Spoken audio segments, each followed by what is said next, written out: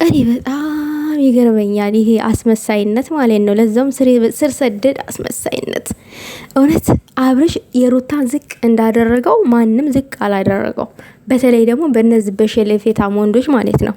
ሰላም ጤና ይስጥልኝ ውድ የተከበራችሁ የኔ ቻናል ተከታታዮች ውዶቼ፣ ይህንን መልእክት ሼር አድርጉልኝ። የሚያምረኝ ነው። እነዚህ ሰዎች በጣም አበዙት፣ ኦቨር አበዙት። ዛሬ አቤላ ፖስት ያደረገው ፎቶ ላይ የጻፈውን አይታችሁልኛል? ቆይ የትኛው እውነት አለ ካንተ? እያስመሰልክ የሰው ህይወት ትበጠብጣለህ እንጂ እውነትን ማመን ሽንፈት ሳይሆን አስደናቂ ውሳኔ ነው አላለም እንዴ? ማንን የት ጋር ያለው እውነታ ነው? ይሄ የሰው ህይወት እየበጠበጡ ደግሞ እንደዛ አይነት ነገር እኮ አንተ አይፈረድብን። ሩታ እንድትናቅ ዝቅ እንድትል ያደረጋት የአብርሽ ነው። በጣም የገረመኝ ነገርና አብርሽን ደግሞ መጠየቅ የምፈልገው ነገር ምን መሰላችሁ? እኔ አለ ለአቅመ አዳም ሳልደርስ ነው ትዳር ውስጥ የገባሁትኝ። ሰው ተለያይተን ሁሉንም ነገር እስቲ እንየው። ምናልባት ስንለያይ እየበሰልን ልንመጣ እንችላለን። ከዛም በኋላ ተመልሼ አብረን መኖር እንጀምራለን። ታው እንጂ አንተ የክብብ ቦታ ሌላ ሴት አትቀምስም ማለት ነው። ወንድ ልጅ እኮ ነክ። እንዴት ነው? ምን ነው ሀብት ሲመጣ ምን ነው ሌላ ጉጥ ያለ ዳሌ አየክ እንዴ? አው ሩታ ረገዘች፣ ዳሌዋ ጠፋ። የሚያምር ሼፕ ምናምን ነገር ሩታ ላይ ጠፋ። የምታየው ነገር አጣክ። ሶ ሌላ ፍለጋ ሌላ ሀገር ልትሄድ ነው ማለት ነው። ተው እንጂ የሷስ ህይወት የተረገጠችው ውሻ የተባለችው በሷ እኮ ነው እዚህ የደረስከው ከፈጣሪ ቀጥሎ ማለት ነው። ምን ነው ብቻዬን ነው እዚህ ጋር የደረስኩትኝ። የዛሬውን እውቅና ያገኙትኝ ብቻዬን ነው።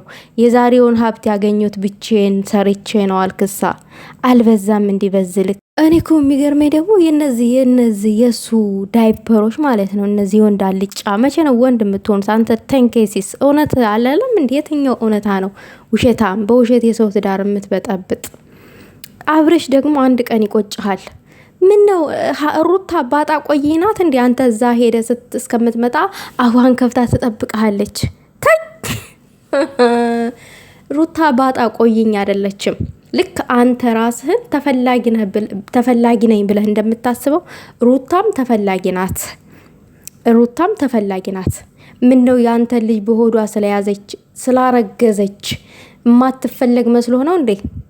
በቃ ከዚህ በኋላ ፈላጊ እንደሌላት ምናምን አርገህ ነው የምታስበው ራስክን አይደል? እንደዛ እንዳታስብ። ልክ እንደ ሩታ አይነት ጀግና ወንድ በብዙ ውጣ ውረድ ውስጥ ያለፈ ብዙ ነገሮችን ችሎ እምቅ አድርጎ ምናልባት እንደ ሩታ ህይወት የፈተነ ወንድ አለ፣ እየጠበቃት ነው። የሆነ ሰዓቱን ጠብቆ ይመጣል ወደ እሷ ህይወት። አንተ ግን በጣም ታሳፍራለክ። በጣም የምር ገና ልጅነቴን ሳልጨርስ ነው ትዳር ውስጥ የገባሁትኝ ምናምን። ከዚህ በላይ ቀንድ አታወጣ። የምን ልጅነት ነው? በአንተ እድሜ እኮ ያሉ ሰዎች 3-4 ልጆች አላቸው። እንዴት ነው ራስን የምታየው? አይደብርህም ወይ? የልጅቷ ጊዜ ያቃጠልካቸው ጊዜያቶች አያናድዱም እንዴ? ሴት ልጅ ናት። ሴት ልጅ መበደል የለባትም። የምሬን ነው የምላችሁ። ይሄ አንበሳ አብርሽ አንበሳ ምናምን ምትይት አሽቃባጭ ወደዛ ምንድነው አንበሳነቱ? ምን አጥፍታ ይዝን ያክል ስደት የሚያስከድ ነገር ምን አጥፍታ? ምን አይነት ወንጀል ሰርታ? ምን በድለው ማለት ነው? ለሱ ከመረገጥ ውጪ ለፍቅር ስትል ያን ሁሉ ዋጋ ከፍላ ዛሬ ላይ ደግሞ በሱ በእንደዚህ በአጠገቡ ባሉ ሸለፌታሞች ተንቃ ተሰድባ ይሄ እንድትናቅ እንድትሰደብ የሚያደረጋት ራሱ ነው። ራሱ ባሌ እኔን ካላከበረኝ ማን ሊያከብረኝ? ባሌ እኔን ሲያከብረኝ ነው ሌላው ሊያከብረኝ የሚችለው። ባሌ እኔን ከናቀኝ እሱን እያዩ ሌሎቹም እሱን የሚከተሉ ይንቁኛል። ስለዚህ ይሄ ያለፈበት ሙድ ነው እያልኩ ነው አብርሽ። ያለፈበት ሙድ ነው። ይሄ ልጅነት ነው። ምን ነው ታዲያ ልጅነት ካልጋ ላይ ስትወጣ ምናምን ነገር ትዝ አላለም እንዴ? ዛሬ ነው እንዴ ልጅነት ትዝ ያለ? ክሩታ ዝጋ ስታረግዝ ትዝ አለ ልጅነት አይደለ? እኔ ቆይ እነዚህ ሰዎች እኛን እንደ ሰገጤ ነው እንደሚያዩን? በቃ እኛን እንደ ደደብ እንደ ፋራ ነው እንደሚያዩን? ጭራሽ እንደማናገናዝብ ሂዱና እዛ ቃቃ ተጫወቱ። የምትጫወቱበት እስከ ዛሬ ገና ዋጋ ትከፍላለህ፣ ዋጋ ትከፍላለህ። ለሩታ እንደዚህ ነገሩ እሷ አንገቷን አልደፋችልህም።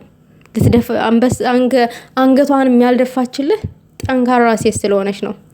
የእሷን አንገት መድፋት የሚጠባበቁ ሰዎች ስላሉ ደስተኛ እንዳይሆኑ ብላ ነው እንጂ ውስጧ ትልቅ እሳት ነው፣ ረመጥ ነው ይዛ የምትዞረው።